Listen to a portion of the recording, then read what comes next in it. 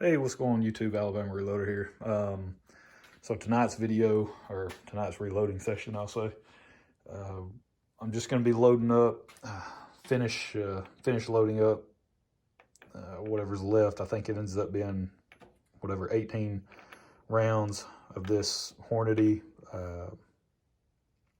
350 Legend. This stuff's new, hasn't been fired yet. The rest of this stuff here and this block, all of that has been fired in our testing that we've done so far. These rounds, I believe these are the hunting loads that I worked up with Shooter's World SBR. We're just gonna throw those up here. We're gonna shoot those next time we head out to head over to the range, which hopefully will be soon, maybe tomorrow. I'm just gonna go ahead and shoot those. What I want to do is just get these last 18 shot, well, plus those 6, so whatever, 24. Get all those shot. That way we can come back and I can have 100 once fired pieces of brass and kind of go through that reloading process. I've actually already sized these with the full length sizing die. I've got the Lee pace setter die set for 350 Legend. It's a 3 die set. I also have the factory crimp die, the Lee factory crimp die. I went ahead and bought that as well when I got all the 350 Legend stuff. Initially, I just went ahead and picked up that die. And Mr. Big Guns over in Huntsville, they were huge in hooking me up with all the 350 Legend stuff. Basically told Matt, hey, I've got a Winchester XPR, chambered in 350 Legend now. And so I'm going to start reloading for it. And he was like, all right, cool. I've got everything you need. And so really awesome there. But all of this fired brass, we have, this was from the testing that we did back during hunting season and, before gun season or whenever it was. I can't remember. Go back, watch the videos. But so what I've ended up doing, I've tested 6 different powders. Lil Gun, CFE Black, Shooter's World SBR, Ramshot Enforcer, H110, and Alliant 2400. And really, the second charge in each column, that is the max charge. All right, that's the max charge that I could find in all the reloading data that I was able to come across for the Hornady 170 grain interlock bullet. That's what we're shooting. So what I did, I really wanted to push the velocities for the hunting load, and I wanted to check pressure signs and all that. So I started just below max and worked beyond it. In every case, I worked beyond it by 0.6 of a grain. So not too crazy. But at the same time, it's not always smart to work above max or over max charges when you're reloading. But in this particular case, I really wanted to push the bullet, get some velocity data and pressure data on it, see if we could see any crazy, hey, we're blowing primers and all this. But we didn't really see anything that was super concerning. I mean, I think that's about the worst of it right there, that little where a primer's starting to flow back just barely. That was all we saw. So ended up getting some good velocity with Hodgson Lil Gun, but it was kind of sporadic. It was a little bit not sporadic, but erratic. It was a little bit all over the place, and I was really looking for a more consistent, I guess, climb and velocity or something. I didn't really want wide swings in velocity like we saw here. It didn't seem to track along sort of a consistent upward trend in velocity like some of these others did. Shooter's World SBR, it just kind of hung around in that, 23, 26 up to 23.55. That was just the range that it operated in. Ramshot Enforcer did really well. It kind of gave you that, start off low, work your way high, set up with each charge weight. So that was pretty nice to see. H110 kind of did the same thing, so that was pretty good.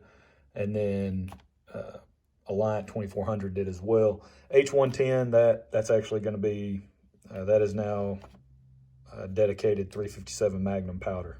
So I'm not even going to fool with that in 350 Legend.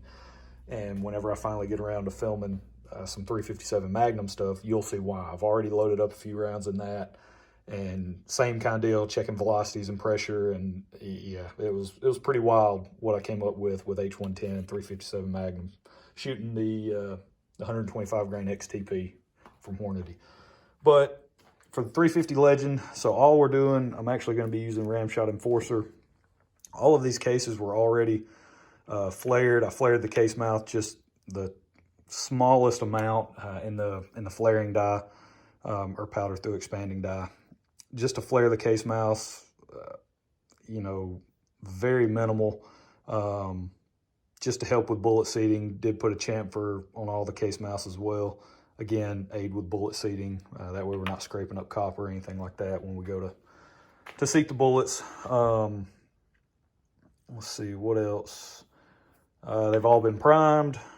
CCI 450s, those are the primers that we've been using so far in 350 Legends, so we're just going to keep rolling with those. Again, we'll be using these guys, Hornady, 170 grain interlock. Dropped a doe this hunting season with that SBR load. It was 29.5, so right around 2340, somewhere in that range. And the 5-shot group came in under an inch. So really nice performance there out of Shooter's World SBR. That was the load took into the woods this season and was able to kill a doe. It's about a 90-yard shot, 85, 90 yards, something like that, 80 yards, somewhere in that range. And she dropped. So really good performance. I was happy with that. So if you're in the market for kind of a light recoiling round that's going to be devastating on deer and hogs, I know this is a huge, people are really liking it for hog hunting. On the 350 Legend page on Facebook, you know, a lot of people talk about how well it works on hogs, deer as well. I'm sure it'd be an absolute deer slayer out to a couple 100 yards. Where I hunt and the shots that I take, if I'm taking anything over 100 yards, or if I know where I'm going to go hunt, the setup that I'm going to have prior to the hunt, if the shot's going to be over 100, 150, I'm probably just going to grab my 270 Winchester or my 6.5 Creedmoor. I mean, I've got options, so I might as well use something that, you know, maybe could handle a further shot a little bit easier, right? So not saying that this can't handle it, but that's just my opinion on it. So out to 150, 200, you're probably going to smoke deer all day long, as long as you're loading and getting your velocities where they need to be to deliver, you know, really good performance downrange. Let's see, what else? I think that's about it. I'm at the bullet seating process now. I mean, really not much else to talk about. All I'm doing is scooping out some powder here. And I'm just throwing, these are just kind of, I don't really want to call them plinking loads. I don't know if anybody's actually working up plinking loads nowadays with all the component shortages. But really all this is for is to finish firing this brass, these 18 pieces plus the other 6 that I had already loaded up. I just want to go get these shot. So I'm loading up with Ramshot Enforcer. If you'll look back at the notes, the max charge was 26.2, so I'm just starting at 24.5 with this row. So it was 24.5, 25, and then 25.5. And I'll probably just load the last 8 with 25.5 and just go from there. So we'll be under max by 7/10, and just see how it groups. And what we may do is load those up, shoot these 15 at 100 yards, and then maybe shoot those 3 a little bit further. I don't know. Who knows? May change my mind by the time I get out to the range, but that's basically all I'm doing. I'm just loading this stuff up to get it fired, and then we'll come back and kind of work on more load development from there. Kind of got lucky early on with that Shooter's World SBR, getting good enough velocity, and then on top of that, finding a group that, or finding a load that kind of gave us confidence going into the woods. That's really what it's all about at the end of the day. That's one of the things I like about reloading. I mean, there's so many ways to skin a cat when it comes to this whole process of reloading. It's like all roads lead to Rome, basically.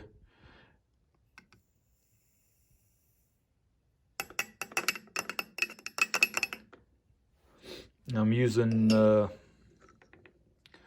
this Lee universal powder funnel. I had to pick that guy up because prior to that, I've just been eyeballing it, using the Lyman funnel with the 22 cal insert, because their biggest insert goes up to 338. So that's not going to do us any good. But that's what I've been doing. I've just been kind of centering it up and holding over the case and hoping that I get it just right. So finally broke down and got a universal, there we go, a universal powder funnel. So now I don't have to worry about that anymore. Now it's just kind of getting getting that layer of powder built up, powder residue on the funnel. That's really another thing too, that this serves that process of sort of building up that powder residue on the funnel, so that way we can get rid of the static. I think we can grab a dryer sheet, some other stuff to help with that, but I'm just going to run powder through it. Again, I don't really care about these charges in terms of, I'm not super concerned if we're off a tenth or so one way or the other. We're just going to run out, shoot these, and then we'll come back, probably start some load development. Next we'll tackle the Hornady, the 165, that guy, the 165 FTX. I've got another box of the 170s. Those are pretty devastating. That Hornady interlock, man, that thing it devastated that doe when I shot it. It was slightly quartering towards me on the shot, and I mean, she just dropped. She didn't go anywhere. Hit her a little bit high because of the way I had my scope set up and everything. I actually hit her a little bit high, but man, she just dropped. Really pleased with that performance. Not much more you can ask out of a hunting load. So this is really all we're doing tonight, just in here in the little reloading headquarters.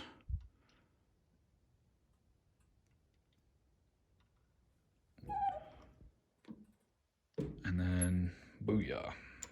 That's it. So one thing I do like about the 350 Legend, I mean, it is such an easy cartridge to reload for. There's really not a whole lot to it. It's pretty straightforward, pretty simple. With resizing the cases with your sizing die, with flaring the case mouth. I mean, this is a pretty straightforward cartridge to reload for. Now, if you're running through an AR platform, that's a little bit of a different story. Because that's where you're going to run into issues of, you're going to need to apply some type of crimp. With me in a bolt action, I'm not crimping these rounds because I put just the slightest amount of flare on the case mouth that I can get away with, and that really helps me not having to crimp these rounds. It's just running through a bolt action, so don't have to worry about bullet setback, movement, and all that jazz. So kind of helps out when you have a bolt action. But I know the appeal of this cartridge is being able to run it through an AR platform. That is one of the big draws of it.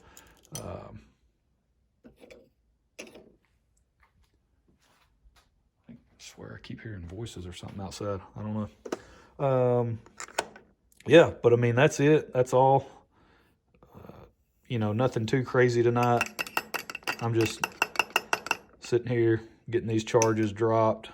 And then hope to hit the range pretty soon. I've got a ton of stuff I'm wanting to work on. Still working on that elk load in the 30-06 for my buddy Richard. Y'all go check out those videos. That's actually been really fun so far. Up and in, booyah. That's been a ton of fun, and we're actually having some early success with that as well. So that's been pretty cool. I've really enjoyed doing that. This last trip, I shot out to 380 on steel just to see, you know, kind of get an idea about where it would impact. And so that was pretty cool. Probably do the same thing with this 350 Legend. I've got, you know, I can run down to the range. I've got access out to 380. So, I mean, I'll stretch it, you know, see what it looks like out to distance. I can definitely do that since I have that, you know, available to me now. But I'm just throwing these charges by hand. Yeah, that's good enough. And then dump and go. I've got to get some more, I need some more linemen. I need some more bleacher blocks that are actually sized appropriately for these cases, because I think I only have one. I've got this guy, and that's it. I need to get some more. I need to run to Mr. Big Guns in Huntsville, go buy some more. So that's it. That's all we're doing. Yeah, so hopefully, you know, if we can find some accuracy, our standard kind of thing that we try to work for is, you know, sub MOA. That's really what we're looking for. Yeah, I reload to hunt is the main thing. So not a target shooter, not a bench rest guy, not a competitor. So really that's kind of my criteria. If we can get sub MOA, then we're good to go. I mean, even slightly over that and you're still fine with the distances we shoot. So if it's brown, it's down. But all right, that's it. I think not really much else to talk about on this one. We'll see how these Ramshot enforcer loads do. Again, this is just something to try. There we go. So y'all stay tuned for the results. That way, if you're interested maybe in this powder for this cartridge, you know, kind of give you an idea what you can expect if you're running something like the Winchester XPR. So, all right, well, we'll leave it there. I've rambled long enough. Didn't really talk about much. But y'all just stay tuned. Hopefully have a lot more 350 Legend stuff coming soon. So get some of these worked up, use different powders, try the 165s, all that. So, all right, we'll catch y'all next time. Y'all have a good one.